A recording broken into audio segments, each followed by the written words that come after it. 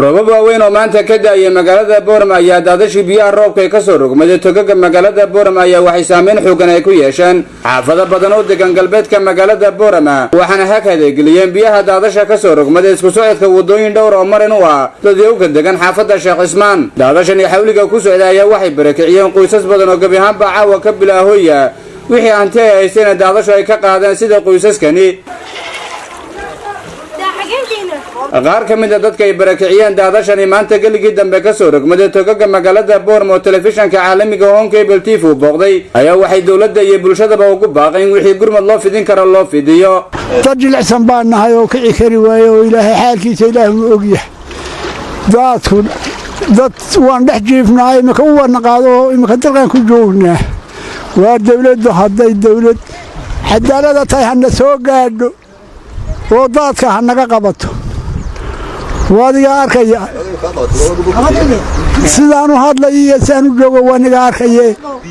degdeg hal noo soo gaadho degdeg waxa saan noo galay waa dad maxasan day tahay iyo dad handay tahay adduunyadan day tahay intaba u naqaaday wax noo nooli ma jirto waadiga arkaya dadka soo socdo badan dhex joogno de gurmad dawladdu gurmad haday leedahay loo soo gurmado islaamka gurmad ka sugayna anagu iyo xagga ilaahay gurmad hadii leeyahay loo soo gurmado mashaqaa meeshan ka dhacday mashaqo ballaaran baa ka dhacday wadiga arkaya dadka inuu daadku aqaladoodii galay oo raashinkii u yaalay iyo agabkii u yaalay iyo waxay ku seexanayeen baa uu ka qaaday ubadkii un bay kala baxeen saasuu maalin uu soo galay hadduu habeen soo geli lahaa ubadkana lama arkeen waxaan dawladda hoose ee dadkan cashuurta ka qaada aan leenahay dadkan ha loo soo gurmado oo daadkii halkii uu ka soo halkii uu marayay laga soo leexiyay daadka wadadiisii hal la mariyo hal laga xidho dadka daadka waxa ka yimaadeen buurtaas ka yimaadeen waxa ay u baahan tahay naxar meesha loo sameeyo u baahan tahay markii ugu horeysay ee biyaanka maadaama mise maya wallahi maalintii dhaweydna sidaan oo kale un bay noo mareen ya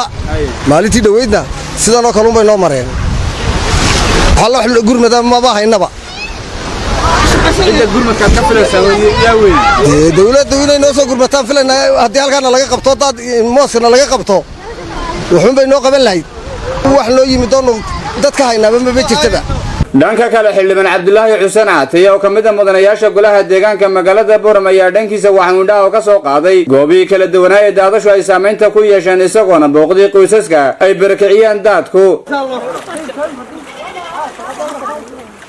xildhibaan Cabdullaahi Xuseen Caatay ayaa sheegay in dawladda hoosana ay moosi doonaan meelaha daadku ka yimaado isagoona bulshada ugu baaqay wixii gurmad loo fidin karo loo fidiyo qoysaskan ay barakiciyeen daadashii galigii dambe maanta ka soo rogmaday togaga magaalada Boorama qaybtan bridge-ka beerta dawladda agteeda runtii meesha wax ka dhacday masiibo aan la filayn masiibada waxa la iska eegaa shaygu markuu soo socdo daad aan filayno roobkiisuna kugu diin oo ku soo gala runtii waa masiibo masiibadaas heshay xaafadahan Sheekh Ismaan qayb kamida wana ka dhex joogna waad arkaysiin guriyihii buu ugu galay isagoo waxaan iyagoo ruurda cuntadii ma jirto caruurtii bay la carareen iyo nafta runtii waan ka xunnahay aad baan uga xunnahay kullay nimco walba nusqaan bay leedahay marka nusqaantii bay tani ka mid tahay haddaanu nahay ka dawlad hoose ahaan mar walba ni garab taagnaanaynaa halka ay biyo ka soo jabeen hadduu Ilaahay dhaahdo cagaf baan iga gelin doonaa waan weecin doonaa iyada halka sokiya halka shaba horta daadka waan weecin doonaa inta markay naga dhamaato sidaad u arkaysiin reerka raashinadii iyo wixii oo dhan uu ka qaaday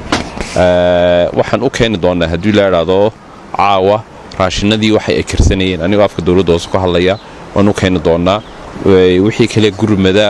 ay u baahnaadaan hadduu Ilaahay dhaahdo waanu ka tashan doonaa waanu soo gaarsiin doonaa biidnillaahi kariim kullay waxaan filayaa